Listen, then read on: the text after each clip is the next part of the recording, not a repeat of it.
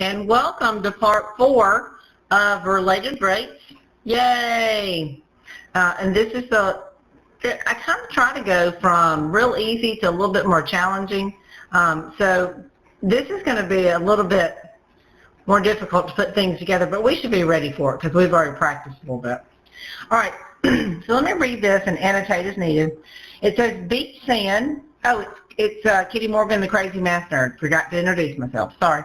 Beach sand is poured creating a cone, so we're dealing with a cone.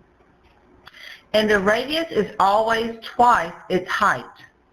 If the sand is poured at a rate of, and notice that this rate has a cubic dimension in it.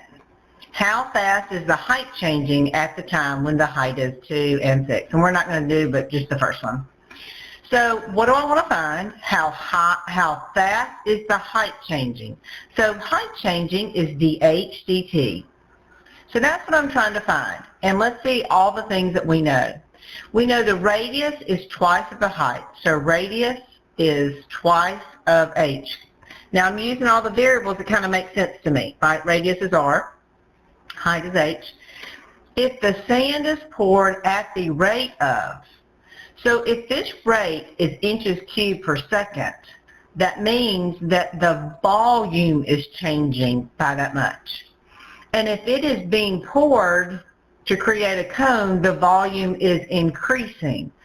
So dV dt is going to be equal to a positive 20 inches cubed per second. If the sand were draining out of it at that rate, it'd be a negative. Excuse me. So that's what I know.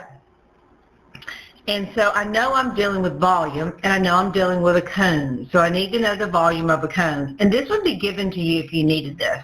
So I'm going to tell you what that is. The volume of a cone is 1/3 of what a cylinder is, if that helps anybody. So 1/3 pi r squared h.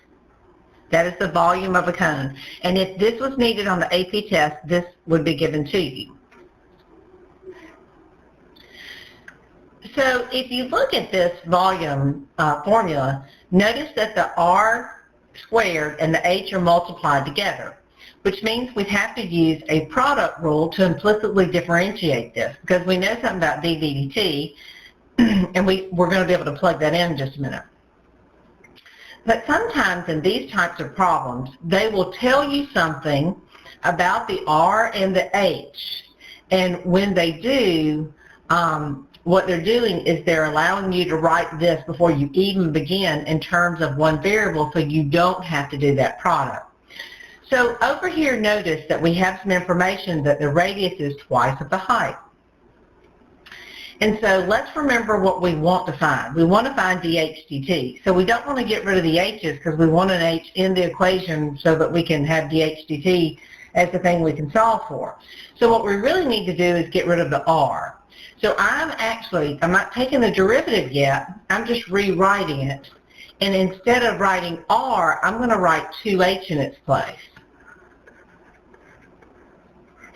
And when I do, that allows me now to get this in terms of one variable.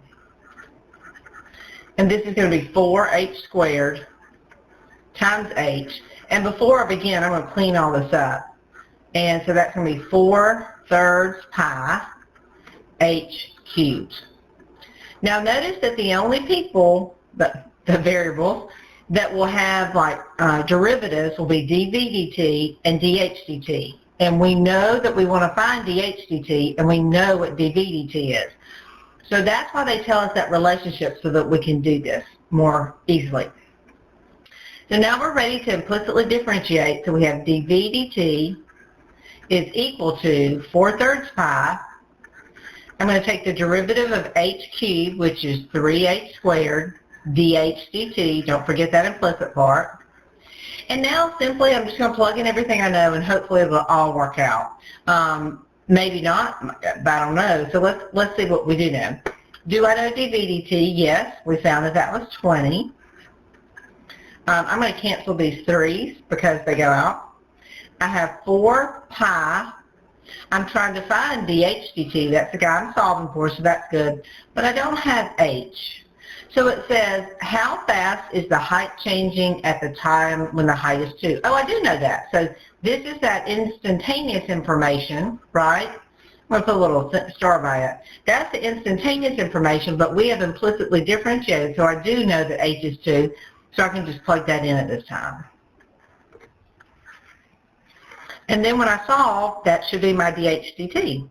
So let's see, I get 20 over, and that's 4 times 4 is 16 pi. I'm going to reduce, equals dH dt.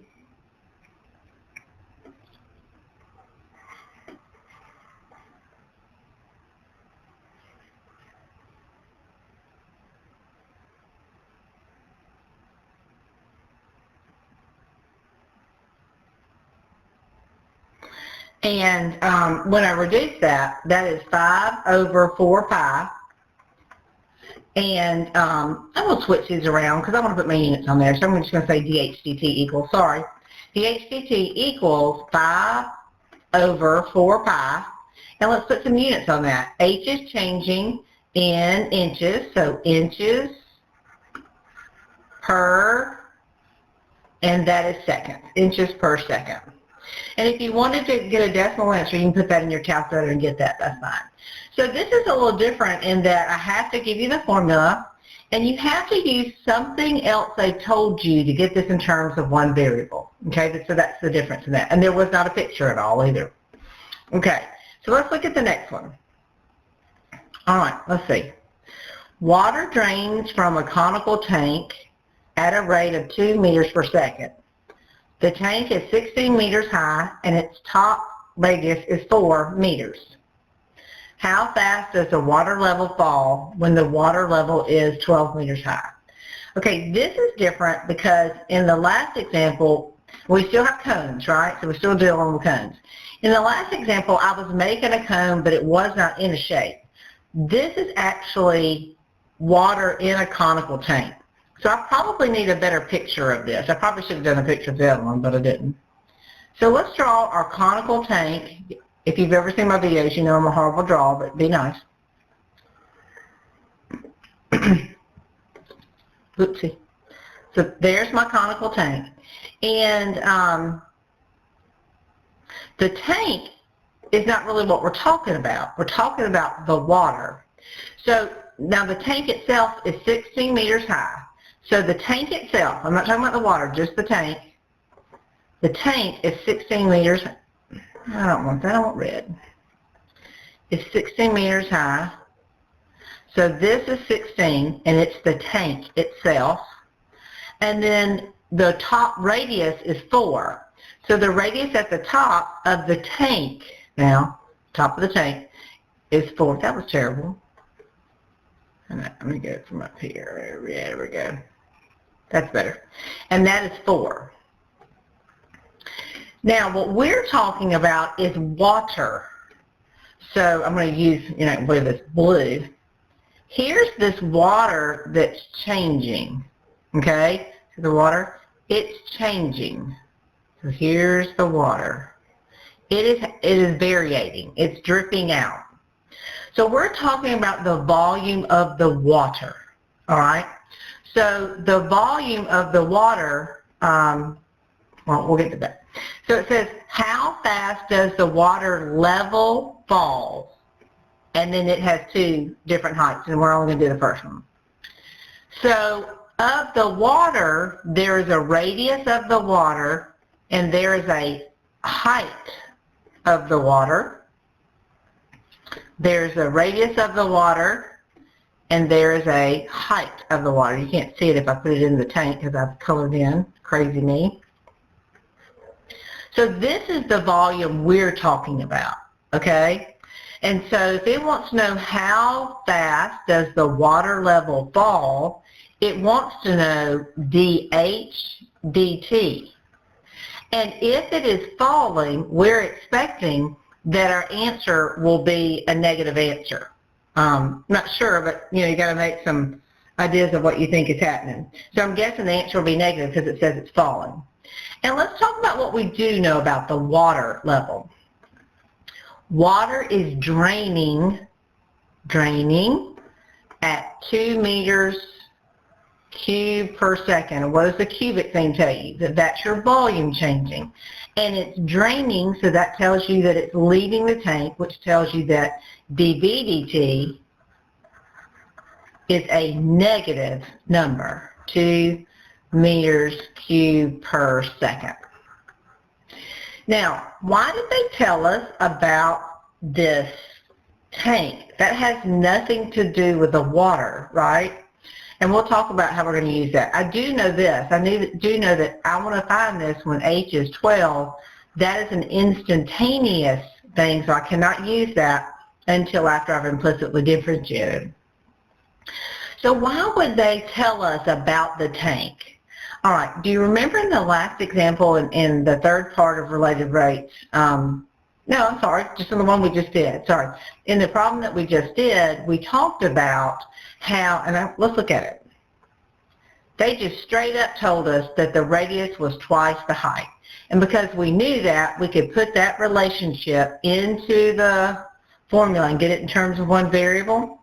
Well, they're giving us information about the tank because we might be able to use that information to do the same thing. We just have to work harder to get it.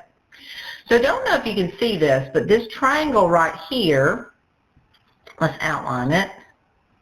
The triangle right here, I want to make it straight. Can I get a line?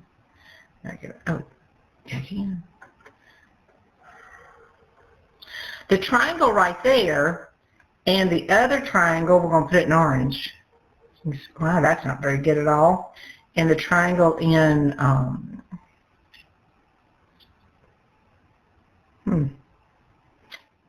no, we got blue on them. How about green? A darker green. Hey, oh, that doesn't help at all. And the triangle in yellow, which I don't think we'll be able to see either. There we go. These two triangles are what we call similar triangles. So the triangle that makes the tank and the triangle that makes the water are similar triangles. And if you have similar triangles, then their sides are proportional. So we can say that the radius of the tank is to the height of the tank as the radius of the water is to the height of the water. And if we solve this, then we get, and let me clean this up just a little bit before I do that. That's 1/4 equals R to H. Okay, now before I solve this, I've got to figure out who to solve it for. So I want to find dH/dt. There's nothing about R anywhere, so I kind of want to get rid of the R. So let's cross multiply, and I get H equals 4R. And if I put in 4R in for H, I'm eliminating H. That's not what I want. So really what I want is to divide by 4 and H over 4 to equal R. And so that way I'm putting in 4R, H over 4, and I'm eliminating the R from the whole thing. Because the volume of a cone is 1/3 pi R squared H, just like it was before. I would give you that. And I need to eliminate this R so everything's in terms of H, because when you implicitly differentiate this, you know dV/dt, you want to find dH/dt, but you know nothing about R at all, and so you want to get rid of that.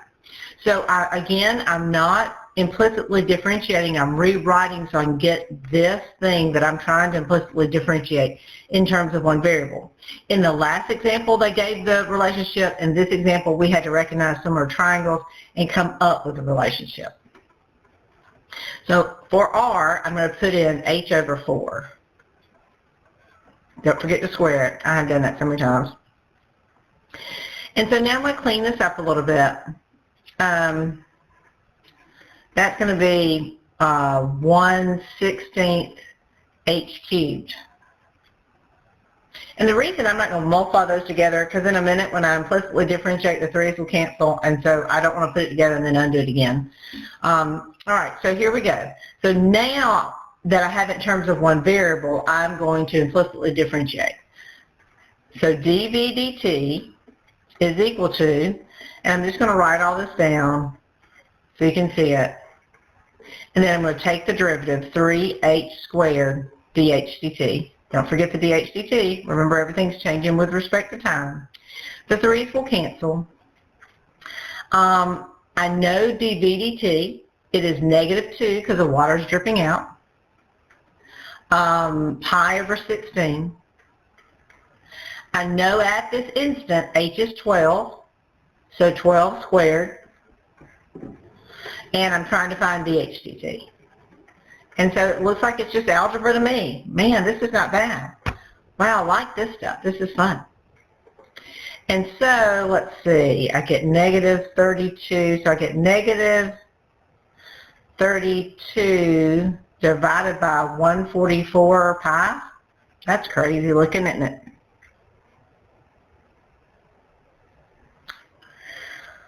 If I did that right, equals DHDT.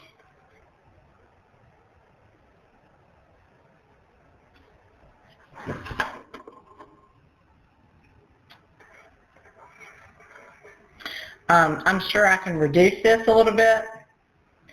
I think 16 goes into both of those. So I'm going to get my hand and move that up a little bit.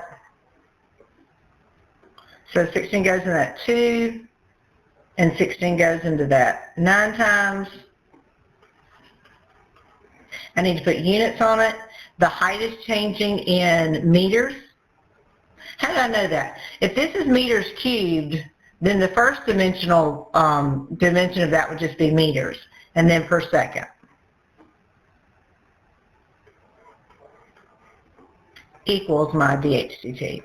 And you know, in the beginning we said we bet that DHDT is negative, because if the water's dripping out, it makes sense the height would be getting smaller. And look at there, we got it. And if you want to put that in your calculator to get a decimal equivalency, you can. So this was a little harder because I had to do the similar triangles to get my equation in one variable. But after that, it's simple again. It's like, okay, implicitly differentiate, plug everybody in. So hope this has helped, and this is the last in the series of related rates. So come back for the next series. Thanks so much. Talk to you later. Bye.